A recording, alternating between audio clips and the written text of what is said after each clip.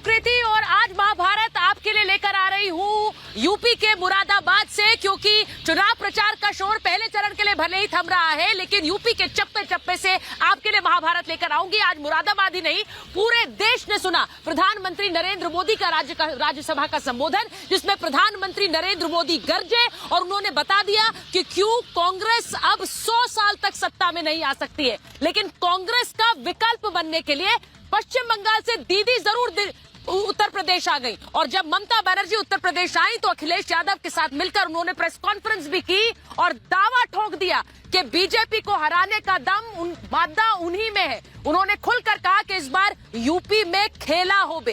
क्या इसका सीधा मतलब ये कि उत्तर प्रदेश के जरिए 2024 का भी जीत का रास्ता तलाश रहे हैं ममता बनर्जी और अखिलेश यादव? लेकिन बड़ा सवाल आज महाभारत में मैं पूछ रही हूं कि क्या मोदी योगी की जोड़ी का तोड़ बन सकता है अखिलेश ममता का गठजोड़? क्या 2022 के रास्ते 2024 तक पहुंचने का विकल्प तलाश रही ममता और अखिलेश यादव सफल हो पाएंगे? ये रिपोर्ट पहले देखिए और फिर महाभारत।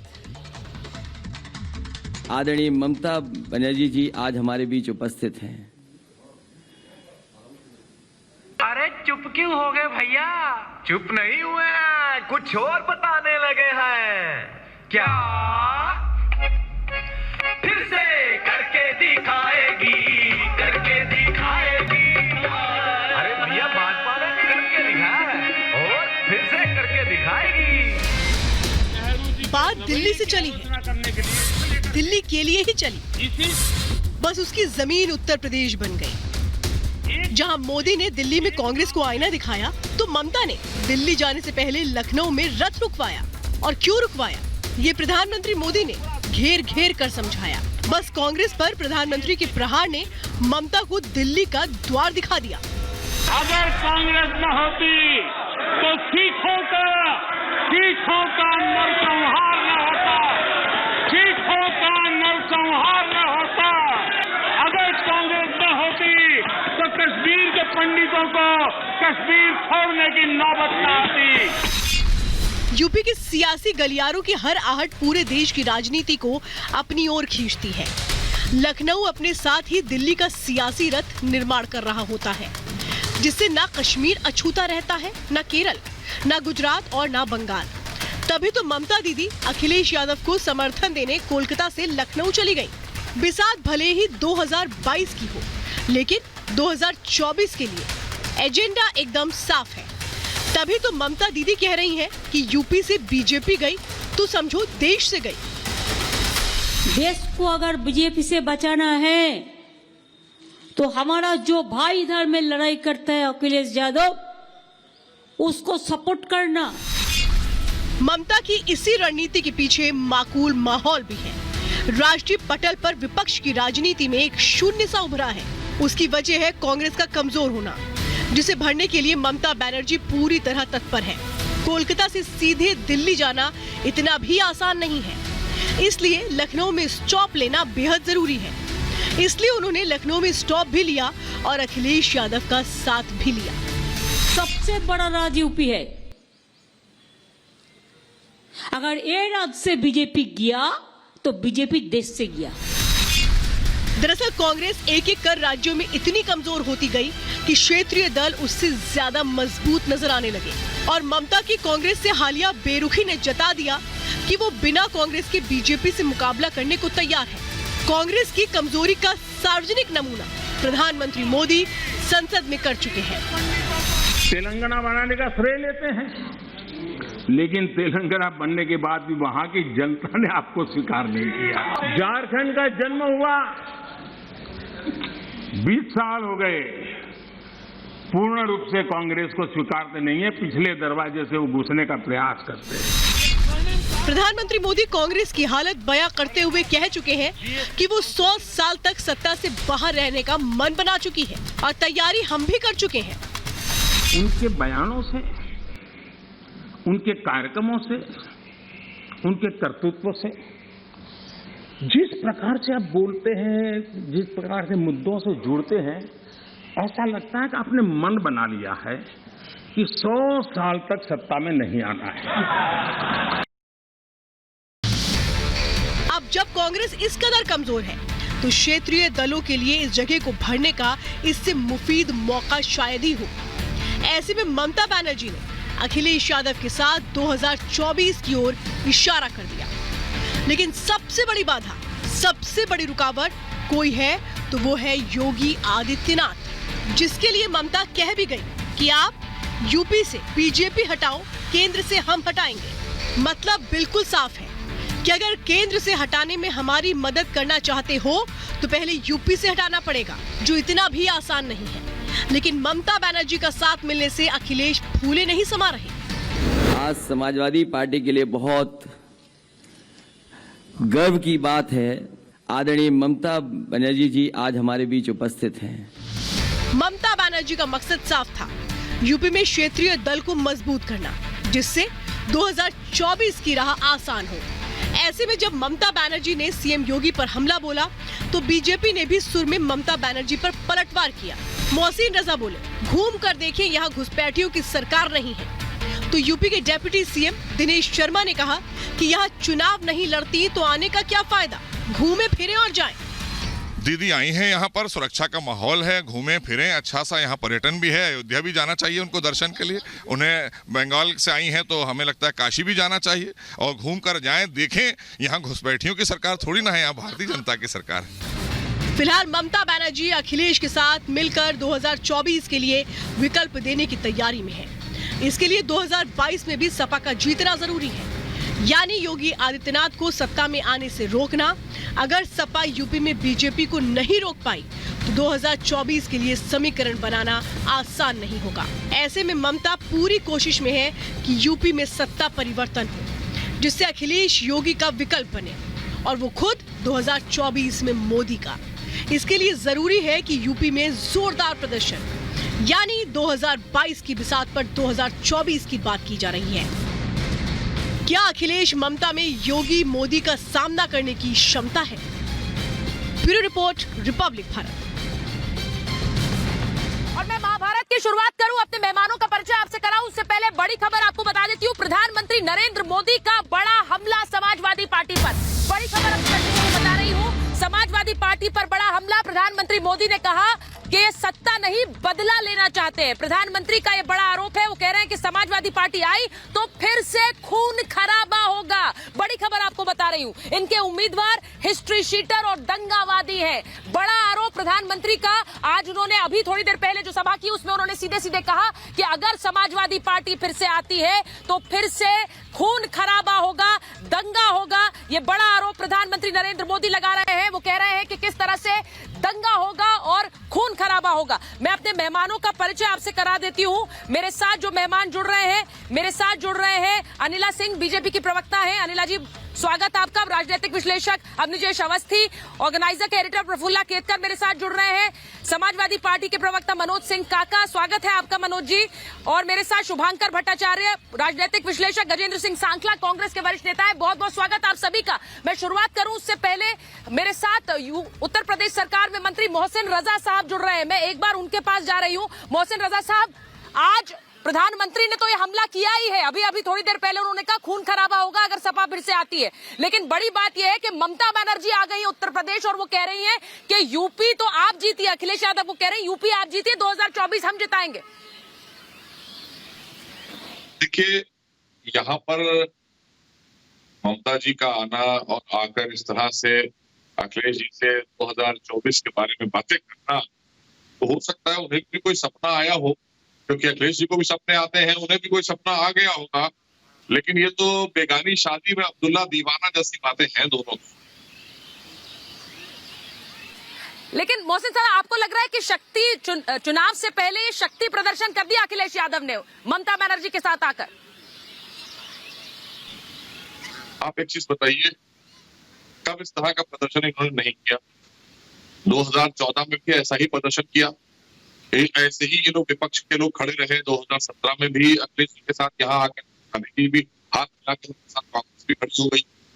2019 में मायावती भी आ गई। सारे हिंदुस्तान के जितने भी भारत तेरे टुकड़े होकर गैंग के समर्थक थे, सब एक मंच पर आ गए कि ये विकास का रथ रोक लो मोदी जी का, ये देश की सुरक्षा और देश को आगे बढ़ाने वाले रोक, लेकिन देश की 124 करोड़ जनता ने जो परिणाम 2019 में दिया वो इतना कसरा था इन सभी विपक्ष के लोगों को, जो देश के विरोधियों के साथ खड़े भी दिखाई देते हैं, भारत के गैंग के साथ खड़े दिखाई देते हैं, कभी कोई आतंकियों पर आंसू बहाता नजर आता है, अपराधियों को मेवा मंडित करता है, कभी कोई कराने वालों के साथ खड़ा दिखाई देता है। तो ये सब महाराष्ट्र हो चुके हैं बार बार, और इस बार भी इनको बहुत तरीके से सुधारना चाहिए। लेकिन मोहसिन जी, मैं आपसे एक चीज पूछूंगी, आज किस तरह से प्रधानमंत्री ने राज्यसभा में सीधे सीधे कांग्रेस को बता दिया कि उनका अस्तित्व खत्म है, 100 साल तक नहीं आएंगे। वहीं दूसरी तरफ ममता अखिलेश साथ आ गए हैं। ये आपको लग रहा है बीजेपी वर्सेस ऑल हो रहा है? आपको डर नहीं लग रहा है ऊंट किस करवट बैठेगा पता नहीं राजनीति में? कभी नहीं कि हमने सारे चुनाव बीजेपी वर्सेस ऑल ही, लेकिन हमारे साथ जनता वो स्वार्थी लोग हैं, हम सेवा वाले लोग हैं। सेवा और स्वार्थ का अंतर जनता बताती है। मैं आपके पास आ रही हूं, मैं डिबेट की शुरुआत कर लेती हूं मनोज जी आपके साथ और अनिला सिंह जी के साथ। मनोज जी, मुझे यह बताइए, आज अखिलेश यादव, ममता बनर्जी साथ आई, यूपी में खेला हो बे अब क्या? ये सीधा सीधा आप संदेश दे रहे हैं 2022 जीतेंगे तभी 2024 तक? खेला होबे के साथ साथ यूपी में अब खदेड़ा होगा। जिस तरह से आपने देखा होगा पश्चिम उत्तर प्रदेश के मुजफ्फरनगर, शामली, सहारनपुर, मेरठ से लेकर के पूरी भारतीय जनता पार्टी का सुपड़ा साफ है। अब वहीं से लेकर के आप चले आइए बुंदेलखंड, मध्य और पूर्वांचल तक। अब पूरे उत्तर प्रदेश के लोग ये सवाल कर रहे हैं कि आपके 70 लाख रोजगार कहाँ है? किसान की आय दोगुना करने के बजाय आपने किसान के नाइट्रोजन और डीएपी के खाद के बोरी से 5 केजी कम कर दिया। धान और गेहूं की फसल कभी भी एमएसपी पे खरीदी नहीं गई।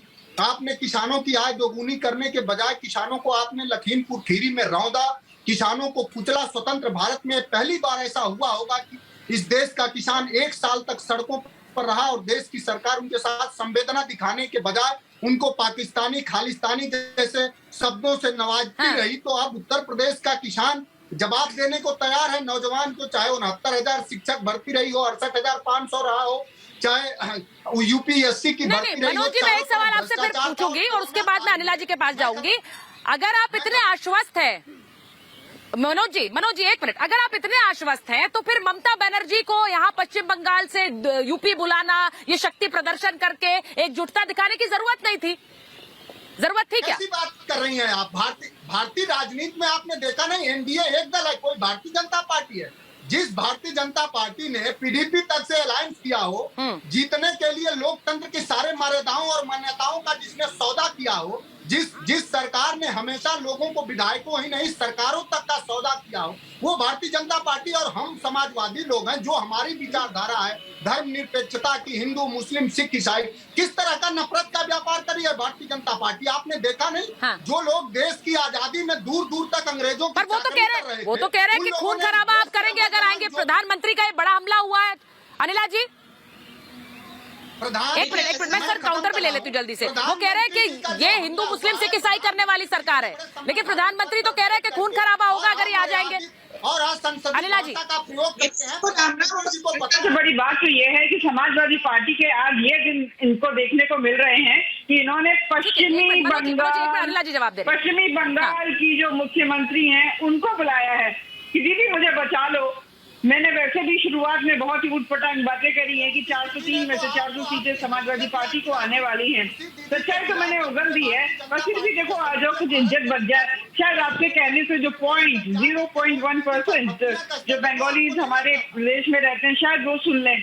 तो दीदी ने भी कहा कि भाई तुम भी अपना चेहरा दिखाने के लिए आ गए थे, तो मैं भी अपना चेहरा दिखाने के लिए आ जाती हूँ। थोड़ा बहुत मीडिया कवरेज तुमको मिल जाएगी इस बहाने। ठीक है, समाजवादी पार्टी के जो नेता हैं ये अच्छी तरीके से जानते हैं कि उत्तर प्रदेश में इनका कुछ भी नहीं होने वाला है। मर्सिडीज रथ में चलने वालों ने ये भी तय कर लिया है कि 10 मार्च के बाद छुट्टी मनाने के लिए कहाँ जाएंगे। इन लोगों ने तय कर लिया है। ये किसानों के विषय में बात करते हैं, किसानों के लिए इन्होंने क्या किया। तय कर लिया अखिलेश यादव जी ने जीरो लिखा था। मैं एक बार इंटरेस्ट नहीं दे पाएंगे गन्ना किसानों को, हम इंटरेस्ट नहीं दे पाएंगे, ये इन्होंने लिखा। चीनी मिले या तो बेच दी या बंद करवा करवा दी। हाँ, किसानों के विषय में बात किए करते हैं। हमने जो बंद पड़ा हुआ, अच्छा मनोज जी एक एक करके बोल लीजिए ना सर, वो बोल रही है उसके बाद बोलिएगा आप सर। काला बाजारी हमने बंद करवा दी। जो भी पैसा देना है किसान सम्मान निधि में, वो डीबीटी के ठीक है। मैं एक बार अकाउंट में जाता है। मैं एक बार अनिला जी मैं एक बार बता देती हूँ, मैं जरा एक बार बता देती हूँ कि ममता बनर्जी ने आज कहा क्या है और उनका सीधा सटीक हमला कैसे है। मनोज जी जरा आप भी सुन लीजिए, प्रफुल्ला जी है, अवनीश जी है, जरा सुनिए कि किस तरह से ममता बनर्जी ने आज हमला बोला है और उनका निशाना 2024 है। उन्हें लग रहा है कि अखिलेश यादव के साथ मिलकर 2022 और 24 साध सकते हैं। मैं आ रही हूँ मनोज जी, मैं आ रही हूँ ना आपके पास में। आपके साथ गजेंद्र सांखला जी भी हैं। आज कांग्रेस को भी आईना प्रधानमंत्री दिखा रहे थे, मैं उनके पास भी जाऊंगी। एक बार मैं जरा बता देती हूँ ममता बनर्जी ने आज क्या कहा। उन्होंने कहा यहाँ से बीजेपी गई तो देश से बीजेपी गई। वो कह रही देश में लोकतंत्र खत्म हो गया है। वो कह रहे यूपी अच्छा रहे तो देश अच्छा रहेगा, यानी उत्तर प्रदेश के जरिए ही 2024 साध सकती है। यूपी से बीजेपी आप हटाओ, केंद्र से हम हटाएंगे। Mamata Banerjee is very clear. वो कह रहे यूपी से आप हटा दीजिए इन्हें, 2024 में हम केंद्र से हटा देंगे। ममता बनर्जी का बयान आ रहा है और वो कह रही है मेरी हिंदी अच्छी नहीं है पर मैं सीख जाऊंगी। इसका मतलब क्या है? इसका मतलब सीधा सीधा ये अवनीश जी की वो कह रही है 2024 में वो केंद्र में आ रही है, हिंदी सीख कर आ रही है। बीजेपी देश के लिए खतरा है, वो ये भी कह रही है और कह रही है इतिहास बदलने का काम हम करने वाले हैं। यानी कि क्या वो बीजेपी को यूपी और केंद्र दोनों से हटाने की बात कर रही है। मैं उसी के साथ साथ एक बार जल्दी से बता देती हूँ कि अखिलेश यादव क्या कह रहे हैं। अखिलेश यादव ने क्या कहा? उन्होंने सीधे कह दिया कि यहां से बीजेपी गई तो देश से बीजेपी जाएगी। जब ममता बनर्जी ये कहती है तो अखिलेश यादव ने यहां सीधे कहा है बंगाल में सांप्रदायिक ताकतों को हराया है। ममता जी का साथ होना हमारे लिए गर्व की बात है। ममता के जीतने से नारी शक्ति का सम्मान। दीदी कलकत्ता से आ गई, दिल्ली वाले नहीं आए, वो तंज कस रहे हैं। दिल्ली वाले नहीं आए हैं लेकिन ममता बंगाल से आ गई हैं। वो कह रहे बीजेपी के लिए सच में मौसम खराब है। दीदी को देख बंगाल की हार याद आई होगी। अब अवनीश जी जब ममता बनर्जी कहती है कि वो हिंदी सीख लेंगी तो उनका मतलब क्या है? उनका मतलब क्या है वो हिंदी सीख लेंगी? यानी वो सीधे सीधे केंद्र की तरफ इशारा कर रही है 2024 में। लेकिन योगी मोदी की जोड़ी को हराना क्या इतना आसान होगा अवनीश जी? फिर मैं आ रही हूँ गजेंद्र जी के पास और शुभांकर जी के पास। सुचरिता, ये वही ममता बनर्जी हैं जो देश के गृह मंत्री को यह कहा करती थी कि जब वो पश्चिम बंगाल जाते थे तो बाहरी आदमी कहाँ से आ गया, ये बाहरी आदमी कहाँ से आ गया, ये यूपी के गुंडे कहाँ से आ गए, उत्तर प्रदेश के गुंडे कहाँ से आ गए, ये इन सबको ये उत्तर प्रदेश के गुंडे कहा करती थी। जब भारतीय जनता पार्टी के लिए देश के गृह मंत्री जाते थे और तमाम लोग जाते थे, तमाम मंत्री जाते थे। एक बात और ये बड़ा स्वाभाविक, ये सुचरिता जी ये इस आदमी को कभी क्या टीवी पे नहीं आया क्या? ये कभी इसको मालूम नहीं है कि कैसे बोला जाता है क्या?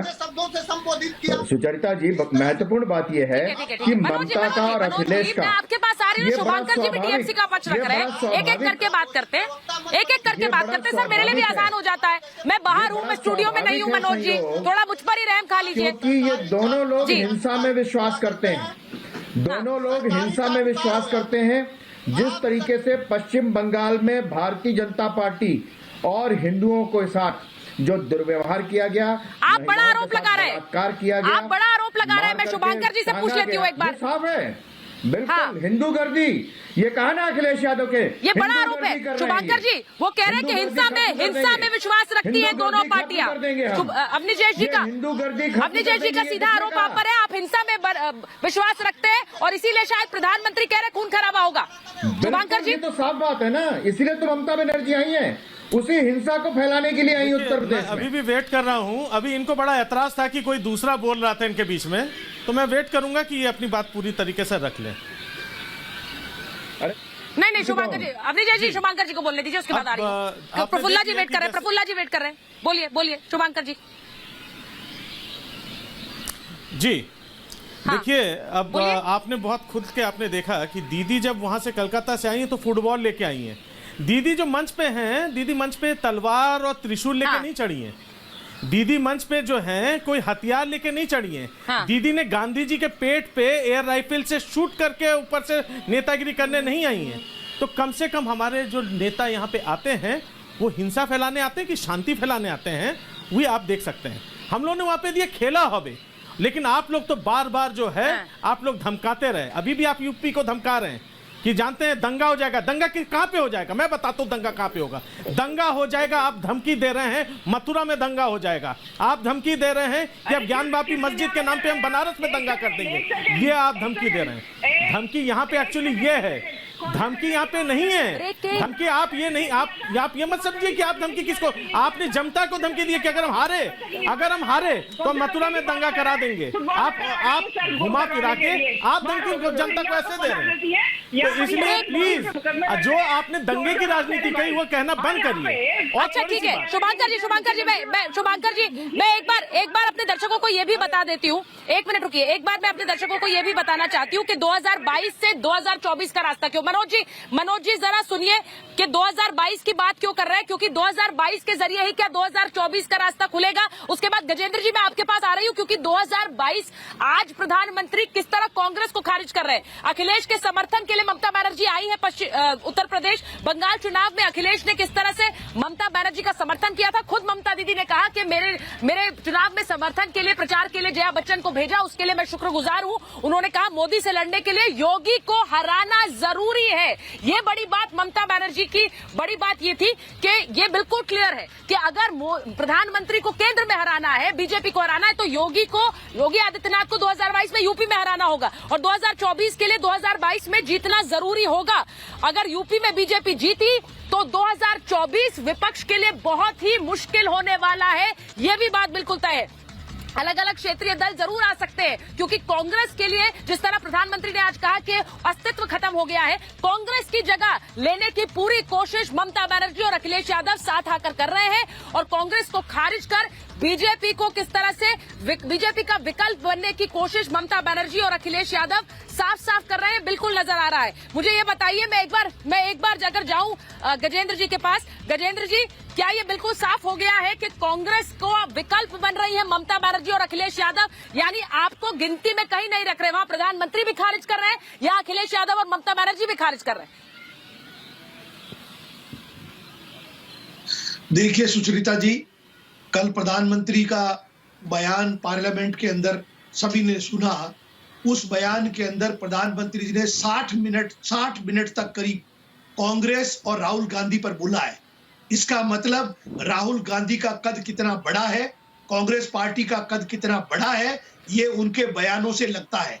कोई भी व्यक्ति अगर जिम्मेदार व्यक्ति बयान दे रहा है और बयान केवल एक पार्टी को लेकर के, एक व्यक्ति को लेकर के दे रहा है, तो ये बात समझ में आ जानी चाहिए कि प्रधानमंत्री जी उस व्यक्ति से और उस पार्टी से कितने डरे हुए हैं। दूसरी बात इंपॉर्टेंट ये है कि जिस तरह का बयान उन्होंने डरे हुए हैं, प्रधानमंत्री डरे हुए हैं। गजेंद्र जी कह रहे हैं प्रधानमंत्री राहुल गांधी से डरे हुए। प्रफुल्ला केतकर थ्रू हुए कि नहीं? प्रफुल्ला केतकर थ्रू हुए कि नहीं? गजेंद्र जी प्रफुल्ला केतकर थ्रू नहीं हुए हैं, जरा अमित जरा कोशिश करिए प्रफुल्ला जी भी थ्रू हो जाए। अवनिजय जी गजेंद्र जी बड़ी बात कह रहे हैं प्रधानमंत्री डरे हुए हैं राहुल गांधी से डरे हुए हैं। हाँ, इसी बात का मैं जवाब दे रहा हूँ। हाँ। इसी बात का मैं जवाब दे रहा हूँ। गजेंद्र जी सुन लीजिए, प्लीज सुन लीजिए, बड़ी साफ सी बात है। अब आप सब लोग ये मत कहना विपक्षी दल वाले कि भारतीय जनता पार्टी हर इलेक्शन मोदी के नाम पर लड़ती है। ये कह रही है मोदी को हराने के लिए योगी को हराना है। मोदी को हराने की बात करी, उत्तर प्रदेश के मतदाता देख लो भैया, तुम मोदी को हराना चाहते हो क्या? मोदी को नहीं हराना चाहते तो योगी को वोट देना है, ये ममता बनर्जी कह रही हैं। और पूरे विश्व में जो नंबर 1 का नेता है उसके लिए गजेंद्र साखला जी कह रहे हैं पूरे, और वो किसी भारतीय एजेंसी ने नहीं किया, ना संघ की एजेंसी ने किया, ना भारतीय जनता पार्टी की किसी एजेंसी ने किया, मॉर्निंग कंसल्टेंट ने किया, लगातार नंबर 1 पर, पूरे विश्व का नंबर 1 नेता। हाँ। इंडिपेंडेंट एजेंसी द्वारा निर्धारित, उसके लिए कह रहे हैं उन राहुल गांधी से जो सुप्रीम कोर्ट से 2 बार माफी मांग चुके हैं। तक राहुल गांधी कांग्रेस पर बोलते हैं, झूठ बोलने पर माफी मांग चुके हैं, माफी मांग चुके हैं, और आज तक उन्होंने ये नहीं बताया कि चीन की बात कर रहे हैं। नहीं, झूठ तो कल वो कह रहे सबसे पार्लियामेंट के अंदर झूठ तो प्रधानमंत्री जी ने बहुत बोले, बहुत झूठ बोले उन्होंने भी। यहाँ तक प्रिविलेज मोशन ले आओ, विशेषाधिकार प्रस्ताव ले आओ। Gajendra ji let me make this very simple. Gajendra ji मैं इसको बहुत आसान करती हूँ, मैं उनसे पूछ लेती हूँ, सुनिए सर मैं मनोज काका जी से पूछ लेती हूँ एक बार, मैं उसके बाद शुभांकर जी से पूछूंगी। मैं एक बार वो तो साथ ही रहे ना, मुझे एक बात बता दीजिए मनोज जी, प्रधानमंत्री राहुल गांधी से डर रहे हैं क्या? समाजवादी पार्टी, एक मिनट में मनोज जी से पूछ लेती हूँ, वो भी माने। आप बता दीजिए, राहुल गांधी से डर रहे हैं प्रधानमंत्री नरेंद्र मोदी? जरा बता दीजिए। प्रधानमंत्री जी राहुल गांधी से डर रहे हैं, घुमाइएगा मत सर। डर रहे नहीं कर रहे हैं, लेकिन प्रधानमंत्री जी अब उत्तर प्रदेश में समाजवादी पार्टी से जरूर नहीं, डर रहे वाली बात नहीं है, डर रहे वाली बात नहीं। मैंने सीधा सवाल पूछा। मनोज जी आप इतना बोलते हैं, खुलकर बोलते हैं, बताइए ना, डर रहे? इस देश के बेरोजगारों से डरे, प्रधानमंत्री गरीबों से डरे, प्रधानमंत्री श्रमिक मजदूरों को जिनके लिए कोई प्रबंधन नहीं। मनोज जी मेरा डायरेक्ट क्वेश्चन था, मनोज जी को डायरेक्ट क्वेश्चन मैं पूछ रही हूँ, क्या प्रधानमंत्री राहुल गांधी से डर रहे हैं? आपने साइकिल चलाई थी 2017 में उनके साथ, लेकिन इस बार आप साइकिल भी नहीं चला रहे क्योंकि आप जान रहे हैं, क्या आप जान नहीं रहे हैं कि वो जमीन खिसक रही है? मैं आपसे सीधा पूछ रही हूँ सर, बोलने में आप बोलना नहीं चाह रहे, तो गठबंधन भी नहीं है। अवनी जयेश स्वघोषित सरकार पोषित प्रवक्ता, थोड़ा संविधान भी पढ़ लिया करिए अवनी जयेश जी। नफरत का व्यापार कितना करेंगे? जी कोई नया नहीं है, आप कभी किसी के साथ कभी किसी के साथ चुनाव के बाद बाय बाय। एक होके आप रहने दो। मैं आपसे सीधे पूछ रही हूँ, मैं आपसे सीधे पूछ रही हूँ। 2014 में हाल देख चुके, 2019 में हाल देख चुके। नहीं मनोज जी डर क्या है? मुझे ये बताइए डर क्या है? आप विकास माननीय नरेंद्र मनोज जी इस देश के बेरोजगारों से, मनोज जी मैं आपसे, अब लखीमपुर खीरी में जो किसानों को उन्होंने रौंदा, उससे देखिए आप बच रहे हैं। अब मैं शुभांकर जी से पूछती हूँ ये बात, अगर मैं शुभांकर जी से पूछूं ये बात, शुभांकर जी शुभांकर जी क्या मुश्किल हो गया है कि विपक्ष की भी जो पार्टियां हैं वो इस बात को नहीं खुलकर पचा पा रही हैं, बोल नहीं पा रही कि नरेंद्र मोदी राहुल गांधी से डर गए, क्योंकि वो जानते हैं सत्य क्या है। शुभांकर जी मैं गलत हूँ क्या इसमें? क्योंकि गजेंद्र जी वहाँ बैठे हुए हैं, एक मेंबर ऑफ पार्लियामेंट है। अनिला जी और शुभांकर जी, देखिए सुचेता जी, सबसे पहली बात यह है, मेरे ख्याल से अनिला जी ने कब से अपना नाम शुभांकर रख लिया, मैं ये नहीं समझ पा रहा हूँ। उनकी बात प्रधानमंत्री बने, चलिए आज अनिला जी बोलिए। बैठाकर रखी है इंडियन नेशनल कंफ्यूज पार्टी। जब सुचेता जी जब आप शुभांकर बोलते हैं, अनिला जी को जो है वो अंग्रेज उन्होंने आज से अपना नाम शुभांकर रख लिया। वही जड़े इन्होंने जमा दी। आर्टिकल 1 जो है हमारे संविधान का, ये कहता है कि नहीं सुन लीजिए जो मैं कह रही हूँ। इन्होंने भारत का इंडिया बना दिया क्योंकि ब्रिटिशर्स के चमचे थे, छेले थे, अखंड भारत होता, भारत के टुकड़े करवा दिए। ऐसी कांग्रेस पार्टी से क्या प्रधानमंत्री जी डरेंगे? और ममता बनर्जी से कहिए कि जाके इतने बड़े बड़े ख्वाब न पाले, जाके अपने जो रोहिंग्या पाल रही है ना, वो रोहिंग्या का ख्याल करे, हत्या करवाती है वहाँ पे। मैं एक बार बड़ी खबर बता देती हूँ, यहाँ पर आकर शिक्षा देने आई है क्या? मैं एक बार बड़ी खबर बता दूं और मनोज जी उसके बाद मैं आपके पास आऊंगी, क्योंकि शायद आपको ये खबर पसंद ना आए। सपा ने जो फ्री बिजली का ऐलान किया है उस पर प्रधानमंत्री का तंज आया है। प्रधानमंत्री ने अभी थोड़ी देर पहले एक रैली को संबोधित किया और उन्होंने कहा है कि बिजली के तारों पर कपड़े सूखते थे, अब फ्री बिजली की बात कर रहे हैं। अब ये लोग फ्री बिजली की बात करते हैं, इनके शासनकाल में वो जो बिजली की तारें थी उन पर कपड़े सूखा करते थे, क्योंकि बिजली तो आती नहीं थी, इसीलिए उन पर कपड़े सुखाया करते थे। लेकिन अब फ्री बिजली की बात कर रहे हैं, तो देख लीजिए फर्क। ये प्रधानमंत्री ने कहा है, यानी आपने फ्री बिजली का वादा कर दिया, लेकिन प्रधानमंत्री ने उस पर किस तरह से तंज कस दिया।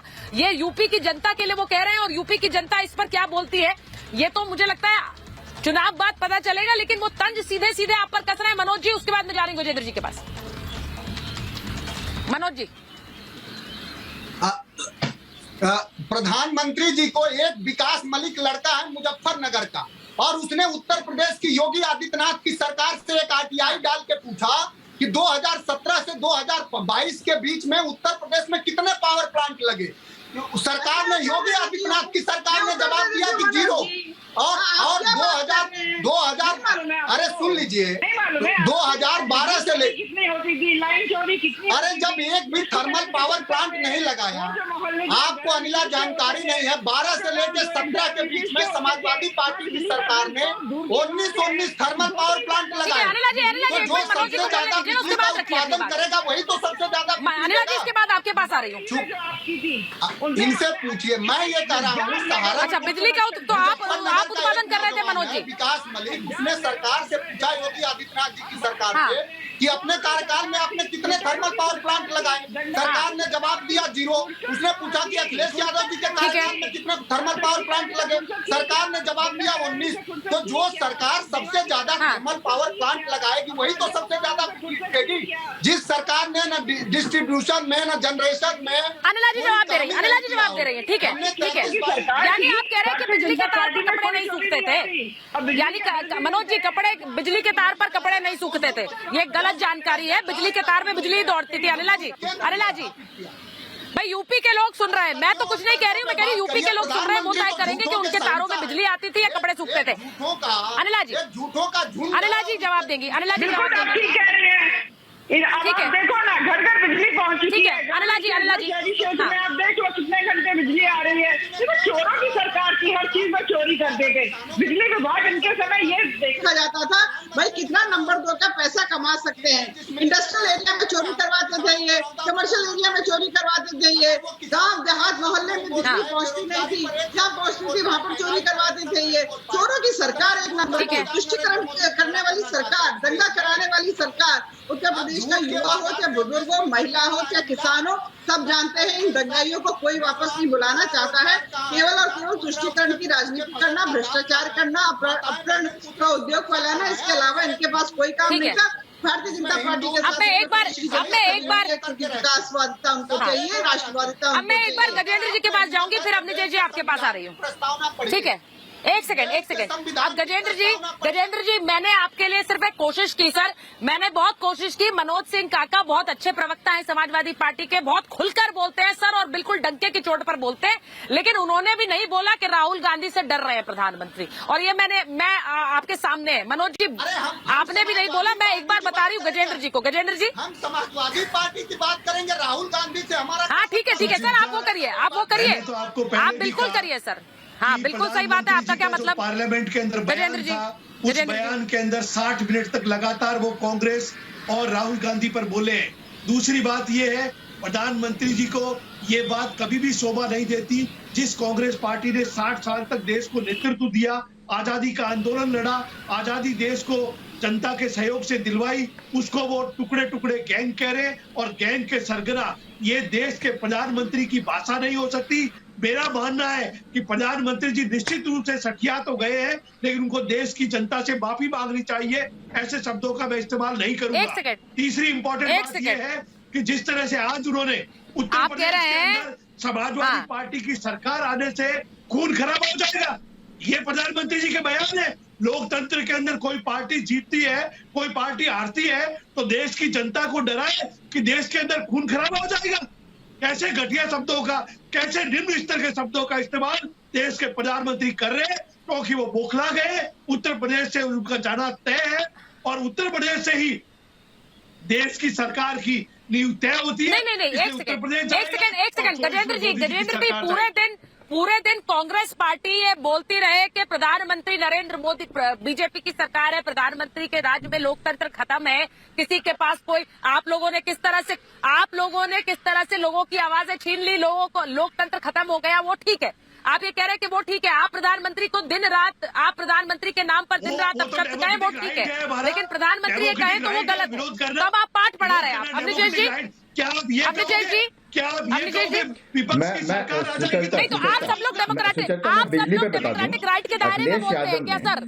डेमोक्रेटिक राइट के दायरे में आप लोग बोलते हैं प्रधानमंत्री के लिए? मैं पूछ रही हूँ अमृतेश जी, हमेशा मर्यादा में और दायरे में बोलते हैं प्रधानमंत्री के लिए। सुचरिता मैं बता देता हूँ, ये अखिलेश यादव ने कहा है बिजली फ्री, मैं देश उत्तर प्रदेश को बिजली फ्री कर दूंगा, बिजली से मुक्त कर दूंगा, ये कहा उन्होंने। फ्री बिजली नहीं, बिजली फ्री कर दूंगा उत्तर प्रदेश को। उत्तर प्रदेश में फिर से जनरेटर राज आ जाएगा। जनरेटर का जो माफिया चलता था, लोग अपना मोबाइल फोन चार्ज कराने के लिए जनरेटर के पास जाते थे, 2 रुपए, 5 रुपए, 10 रुपए, 15 रुपए दे करके अपना मोबाइल चार्ज करते थे, फिर से आ जाएगा। वो कहेंगे मैंने यही तो कहा था, बिजली फ्री कर दूंगा देश प्रदेश को। यही है। आप एक बात बताइए, जिस व्यक्ति को उत्तर प्रदेश के मुख्यमंत्री के रूप में 5 वर्ष का शासन मिला हो, उस समय क्या हुआ था? मुजफ्फरनगर जैसा दंगा जिसमें 2 भाइयों ने उनकी जान ले ली गई सिर्फ इसलिए क्योंकि उन्होंने अपनी बहन की रक्षा की थी। ये वो सरकार है जो बहनों की रक्षा नहीं कर सकती, जो बहन की रक्षा करने वाले को मारती है, और जिसने मारा उसको थाने से छुड़ा के ले गए, थाने से छुड़ा के ले गए उन अपराधियों को, और मुकदमा किस पे ठोका? उन्हीं लोगों पर ठोक दिया जिन्होंने अपनी बहन की रक्षा की थी। ये वो सरकार थी अखिलेश यादव की, ये वो सरकार थी अखिलेश यादव की जो सैफई में नाच रहे थे बंबई से बुला करके, करोड़ों रुपए खर्च करके, और मुजफ्फरनगर के शरणार्थियों को कैंप में रहने के लिए कंबल तक नहीं मिल रहा था, ठंड में मर रहे थे, ठंड में मारे जा रहे थे। ये वो सरकार है, ये वो ममता बनर्जी है जिन्होंने कहा था कि रोहिंग्या, जिन्होंने कहा था कि एक समुदाय को कि अगर वो मुझे दूध देती है तो मैं उसकी लात भी सहूंगी। मुसलमानों के लिए कहा था कि अगर मुझे वोट देते हैं तो उनको किसी को भी मारने का हक दूंगी मैं। मुझे वोट देते हैं वो, इसलिए वो कुछ भी दंगा करें, दुकान लूटें, आग लगाएं, महिलाओं के बलात्कार करें। ये ममता बनर्जी का बयान है। ये ममता बनर्जी का बयान। सुचेता जी, ममता बनर्जी के बयान से आप नकार रहे, शुभंकर जी नकार रहे बयान जी, तो वहां से शुभंकर जी बयान नकार दीजिए शुभंकर जी। वो बताइए मुझे। उन्होंने कहा था, ये कहा था उन्होंने। कौन सा बयान नकार दूं? क्यों नकार दूं? मैं वो बयानों का जिक्र कर रहे हैं। क्या इन्होंने कोई संकल्प पत्र में लिखा है? कोई संकल्प पत्र में दिया है? बयान है किसानों को नहीं, जो बयान आप जबरदस्ती कह रहे हैं वो बयान सही है। क्या इन्होंने वादा किया है?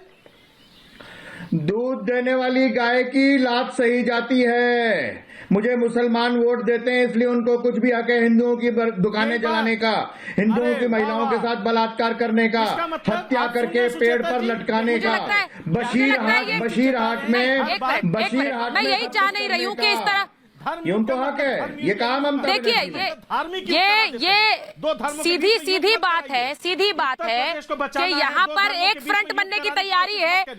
अखिलेश यादव यूपी में योगी आदित्यनाथ के लिए चुनौती बनकर खड़े हुए हैं और अब लग रहा है ममता बनर्जी उनके साथ आ रही है। तो क्या मोदी योगी की जोड़ी को टक्कर दे सकते हैं? सबसे बड़ा सवाल। और कांग्रेस की जगह भी ले सकते हैं, ये भी बड़ा सवाल। बहुत बहुत धन्यवाद आप सभी का मेरे साथ जुड़ने के लिए। महाभारत।